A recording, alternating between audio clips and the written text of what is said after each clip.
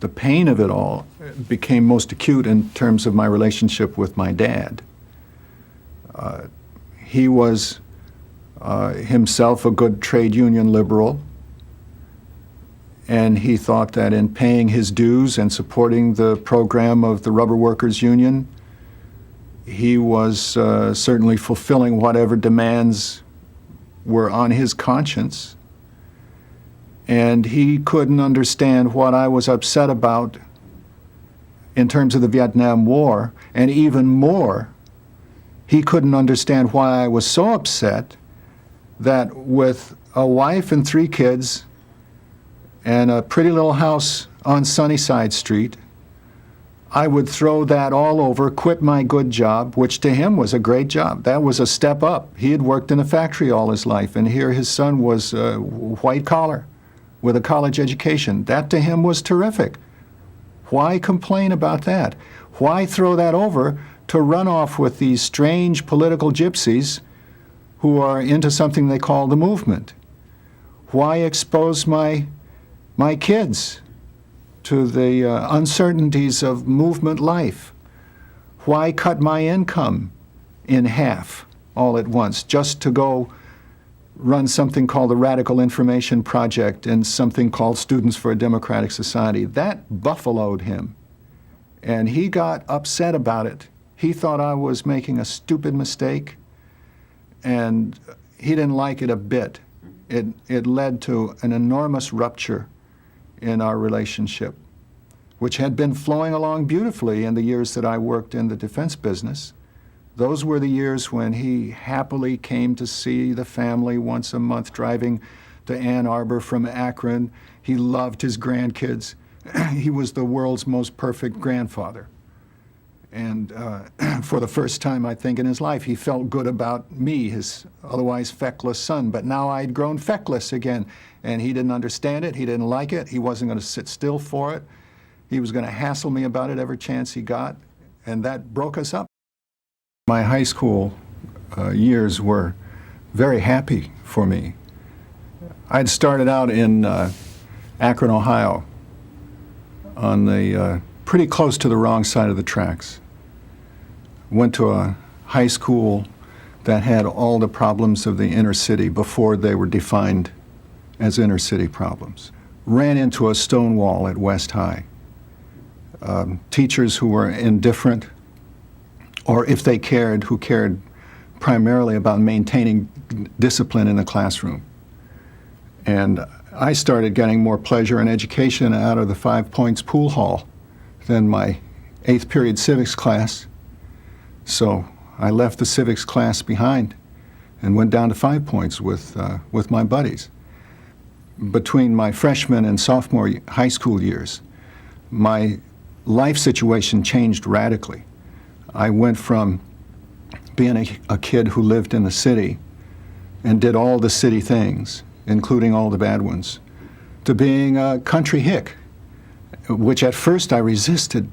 I can't tell you how humiliated I felt that I had to go to a high school called Bath High School, which wasn't even a proper high school. They even had the kindergartners and all the grade school kids in the same building. That seemed to me utterly backwards and wrong, and I didn't want to have anything to do with it. But the good thing was they had an American Legion baseball team out there, and I was very interested in baseball. So that summer, I tried out for the team and made the team and got to be good buddies with the shortstop, who was also a debater. And it turned out that that little bitty school, with no more than a couple hundred kids in the high school, had traditionally one of the strong speech programs in the state and in the nation. So I wound up discovering debate and speech, and that turned my life around. I won a national championship with an original oration, and the name of the speech was Peace or Freedom. No presage of my later point of view. This speech argued that the communist menace was indeed a menace, and if we were serious about being good Democrats and Christians, then we would get our act together and do something about those Russians now, while we had the military advantage, while the A-bomb as we still thought at that point. It wasn't true, but we still thought that the A-bomb was our exclusive advantage. So why not use it now? Why wait around for the diabolical, or for the evil empire to catch up with us? And that was, at the same time, a period in which I thought of myself as a working class trade union liberal. My father was, for 30 years, a worker in Goodyear Tire and Rubber, and he was a good union man. I found no intrinsic contradiction between liberal views as to domestic questions and really harshly conservative views as to the problem of the communist menace. Did you have a dream for yourself? I'm asking you a question really about the American dream. Where would you be? Where would you go? What would the hope of your parents be, and what were your hopes, and were they different from each other? My parents' horizons for me were different from my own. My mother and my father both came from different parts of the South. She a hillbilly and he a redneck. And they met in the bosom of the industrial system. My father's idea was, I had a high school education. That was a lot more than he saw any need for. Why didn't I get myself a job and a car and start living life? I think Jack Kennedy had something to do with it. That bit, ask not what your country can do for you, but what you can do for your country, really rang out. It was a sense of variousness and possibility, a sense that there was a basis for moving out and beyond the given. We had enough security. We didn't have to worry about that anymore. America was taken care of. The system was pretty much perfected. It needed some polishing, but it could be counted on, it could be relied on to go on as it was. It was a system that you didn't need to worry about anymore in basic respects. So you could turn to other problems. At Michigan, for example, people started looking at what we now call the Third World, and dreaming up a program that would be seized upon by the Kennedy people and given the name the Peace Corps. American youth, with its fund of expertise and its enthusiasm and energy, could help bring refrigerators to the rest of the world, and that this would be a good thing to do, and the rest of the world would be grateful for that. People were enormously excited about it. What was it that made people so excited about it? Was this a feeling of a generation, as it's sometimes described, or just a fluke of fate, or a special time? I think we were all dressed up with nowhere to go. And then along came Kennedy and said, here's some place to go. Of course, we were saying it to ourselves. We were developing out of our own needs the idea of service in the world. What Kennedy did was give it an articulate form and a concreteness at the level of a federal program. There now was to be an actual organization called the Peace Corps, with a budget, with forms that you could fill out, and with places that you could be sent to. So I think we came out of the 50s feeling that all the basic problems were taken care of. What did we have to do? Were we to be a useless generation that simply repeated the past and took care of the basics, or could we build on the shoulders of our parents and look beyond their horizons and find horizons of our own? I think that the power of Kennedy, the drama and the excitement that he communicated, had to do with the fact that a relatively young president himself, he captured for young people the feeling that they had something to contribute that was special, that they weren't just to live off the fat of the land and repeat the old victories, but that they had new horizons to explore and new victories to conquer. Now, you were one of those people who had the unique experience of having started one of these many organizations that started at that time. I've been involved in the early days of it. I'd got to Ann Arbor in the first place to work at a place called Bendix Aerospace Systems Division. Very soon I was running the technical publications department. And I liked it, and I was good at it. And it didn't trouble me that it was a military defense operation. I wasn't looking for a group, certainly nothing with a name like Students for a Democratic Society or Young Americans for Freedom. The missile crisis of October 1962 really shook me up, shook my family up, shook my neighbors up. People who hadn't thought 2 seconds about politics were glued to that radio as we heard the report of the Russian ship bearing the rockets getting closer and closer, as we knew that our destroyers were out there to challenge them and shadow them on their way. And we wrote letters to the White House. We said, "Dear Mr. President, please let's not have a nuclear war about this. This is crazy. It's not worth it. Let's just not worry about the missiles. I mean, we've got missiles looking down the Russians' throats. They live with it. Why is it so different in this case?" Well, a lot of people saw it as different, and the argument was on. They were real questions that could hit your life very hard and could emerge in a split second to a crisis level. We lived at the edge of crisis, and the missile crisis is the event that brought that home to us. My transition from being a regular guy to being a rebel, I think it started at the assassination of Kennedy. I was stunned by that, as so many others were. But I saw that not everybody was stunned in the same way. The company that I worked at was not happy with Kennedy's administration. We were in the defense business, and Kennedy was pressuring defense spending down. I don't think he actually cut the numbers, but he kept the numbers down from what they might have been. And there was a lot of resentment about Kennedy's defense procurement program in the place where I worked. And on the day he died, not everybody was unhappy about that. The Scotch came out, in fact, up on Mahogany Row, because now the perception was good old Lyndon Johnson is going to be the president and the defense funds will start to flow, as indeed they did. My first political argument of any real difficulty happened that day when, along about 4 o'clock or so, I noticed that the flag out in front of the plant was still at the top of the mast, and I thought that it would be appropriate to lower it to half-mast.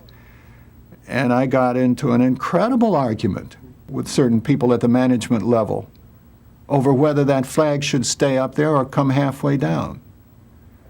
And it bore forcibly in upon me the truth, which I suppose I knew at some level already, that there were real differences of political viewpoint among the people who got along so well at the coffee machine. The assassination of Kennedy is what started to mobilize a sense of those differences. Why did the New Left attack the liberals? And what was wrong? What was a liberal, and what was wrong with liberals? I think we saw liberalism as an accomplished fact and forevermore, as the dominant ruling ideology of American government and American society. Perhaps some of this came from the feeling that the Goldwater campaign of '64 had been the last gasp of a conservative instinct that was really washed up and that had nothing else to do except criticize from the sidelines. Today, of course, one can't see it the same way at all. Liberalism seems embattled, confused, and the last thing from intact. But in 1965, it was the ruling ideology, and I think it made us feel confident that at least the ABCs of social sanity were taken care of once and for all. That's why we could preoccupy ourselves so exclusively with the X's, the Y's, and the Z's. We could move the agenda. And the critique of liberalism was based on a perception that was established, that our critique was not going to disestablish it. There was no way that we could cause it any real damage. It could endure our slaps, our insults, and it had spaciousness enough to absorb what was good in what we had to say. There was another angle to that, though, and it had to do with foreign affairs. I think that a lot of us felt that American liberalism was deficient in stopping at the shores. It ought to be extended to the rest of the world. We ought to be liberals in the world as we were liberals at home. The attack got tough sometimes. Because of People were Vietnam. yelled at. People were derided. Many liberals remember that experience. Do you remember being a participant in that or feeling that way or what that was like? If there was an attack on liberalism, really it was meant to be an attack on liberals whose liberalism was incomplete, whose liberalism walked on one foot. And the meaning of the critique was to say, let's extend the principles of the great philosophical movement, the 19th century liberalism. Let's extend those principles, the principles of the Declaration of Independence, those embodied in the American Constitution, not only to all people in the United States, that is to say black people, let's emancipate and set free the black population. Let's be liberals abroad. And that meant that the United States couldn't expect to succeed in the world if it just carried a big stick. We needed to give people everywhere a feeling of hope in the future, which was the soul of American liberalism. One thing I feel listening to you talk that I want your reaction to is that you are a logical person. You're a reasonable person. You work in the world of ideas. But politics at that time wasn't what we thought it was, which was a lot of ideas. Otherwise, people wouldn't have been so hurt, personally wounded. There was another element than the idea. The pain of it all became most acute in terms of my relationship with my dad. And he couldn't understand what I was upset about in terms of the Vietnam War. Was it the war that was the center around which that whole breakup took place? The breakup took place around the war. That was the even more critical than the question of racism. Now, racism was a big question for him. He felt very sensitive and attacked by those of us who identified with the civil rights movement because of his South Carolina background. He knew in his heart that the civil rights movement was right, and it had a legitimate complaint. And he thought that in time the complaint would be fairly dealt with by the society. He didn't think it would happen in his generation, but maybe more in mine, and then the one after mine a little bit more. The real problem was Vietnam. My South Carolina cousins, a couple of them, went off to fight the war in Vietnam, and were there during the same time that I am in the streets trying to keep it from being fought. Our family was split by that war, by that issue, in a way that not even racism had split it. Do you understand what your father felt? It had a lot to do with America was being attacked by us anti-war people. World War II was being attacked. Patriotism was being attacked. Do you understand, and can you describe from the present, what he was feeling? That was the deal you made. You would fight communism just as another generation had fought fascism and Nazism. And in exchange for giving your government absolute loyalty on that question, that is to say, fighting the tiger at the gates, you could expect to be taken care of on the domestic interior. I think what the movement did, the anti-war movement, was to break that contract and to expose points of international policy to the same kind of critique that would have seemed utterly legitimate in terms of domestic policy. We wanted, in other words, we wanted the United States to be equally liberal in the world as it was in its interior. And in making that demand, we broke what may have been a subtle, but I think at the very time a very strong contract. We broke the contract of Cold War liberalism. And And I think what my father intuited was the sense that if you don't come through in supporting that foreign expedition to retire the devil in yet another arena, the result will be the loss of liberalism, the loss of progress in the domestic situation. Sure, support the civil rights movement. Sure, try to organize poor white people in urban ghettos to get them to fight for some economic progress. That fit right in with that generation's definition of progressive politics. But what? Oppose the Vietnam War? Oppose a struggle against the communists? No way. That was worse than impolitic. That was, in their view, practically a sin. Was it then a generation gap? Was that a real thing, looking at it now and thinking about them? It was more than a gap. It was a great gulf fixed. People whose sensibilities, whose political viewpoints had been hammered out, at least in part, in struggle with Stalin and the great betrayal of the revolutionary communist dream, had once and for all decided that they were against anything having to do with communism. And anybody who tried to open that question up again, in any context, must be making a bad mistake. Maybe they were even willfully in error. That's why I say it, to judge from the reaction of our elders at the time of the beginning of the Vietnam protest, what we were doing was not just wrong, it was a sin, it was not a mistake, it was an aggressive, evil act that threw into question all the victories of trade union liberalism up to that point. So when we began to raise questions, why are we always against people just because they call themselves communists? Isn't it possible that in certain circumstances you could be communist and a good guy? That was heresy. That was a forbidden idea. And yet, we had to have that idea if we were going to understand the Vietnam War, for example.